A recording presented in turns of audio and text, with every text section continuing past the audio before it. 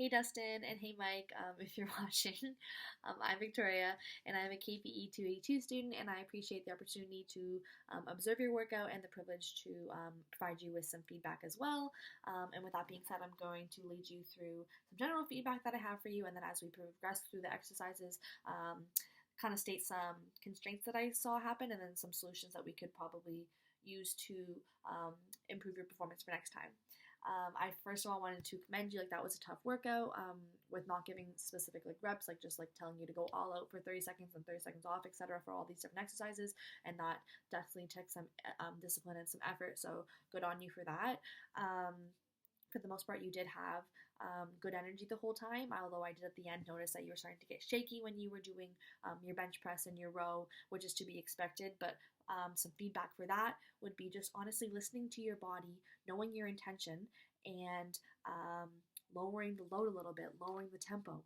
It's okay. Like, you're gonna get through the exercise, and if you're doing it very fast and not doing it correctly, like personally as a trainer, I don't want that kind of work done, and I'm just not going to be beneficial to you either. So again, yes, thank you very much for having me, and let's get going with the video. Hey Mike, so your first exercise was push-up.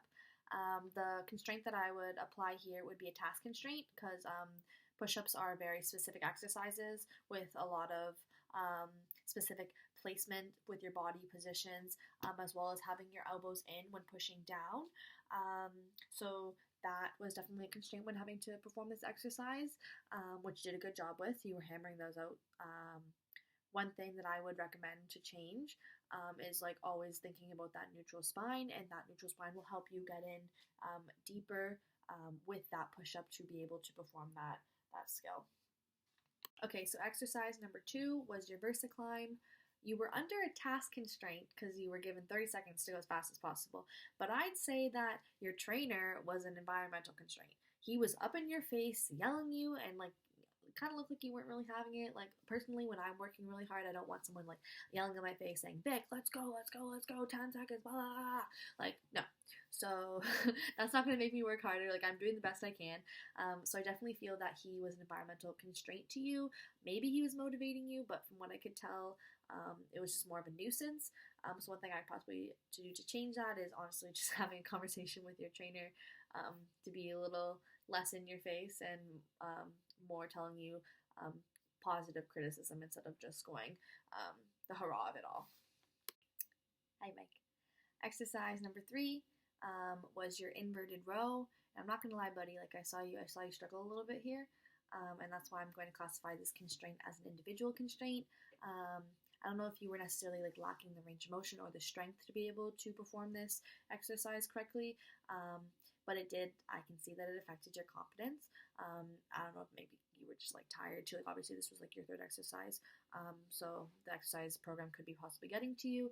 But what I recommend to fix this and to perform your best next time is to possibly just like practice this inverted row when not doing the program, so you can get more confident with it, building up that strength, that range of motion. To be able to pull yourself up all the way, because a couple times I would see you do half or just like compromise your cadence. So again, maybe one thing that we could do here is like lower your cadence or your tempo as well, just to not compromise your form, which ergo would not compromise your confidence as well. Exercise number 4. So this was your bench press, and what I would classify the constraints here was there was a variety of task constraints. First of all, you had the time limit and to do as many as possible. So at first you're trying to just pump them up, but then I think like you realize that you're kind of getting tired, and then you compromised your form a little bit and your cadence. The task constraint of like maintaining proper form, your feet planted on the ground, keeping your arms strong all the way up, not shaking. And just being able to execute the press with the amount of load that you had, like that load in itself is a task constraint.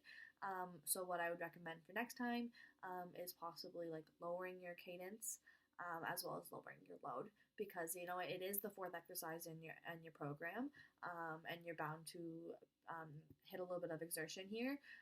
So listening to your body, listening to what you and your capabilities can do. Yeah. Exercise number 5. High 5. Mike, you made it to the end. No, honestly, your effort was really maximal. I commend you for keeping that up the whole time. This last exercise was the one arm bench row, and I think you're under a task constraint here because you're holding a specific intensity, the specific weight that you have to hold up. You need to maintaining a neutral spine. Your body needs to be in proper form when lifting this weight. But you're also under the time constraint of the 30 seconds as well. And I also would say that this is partially maybe an individual constraint because this is your last exercise.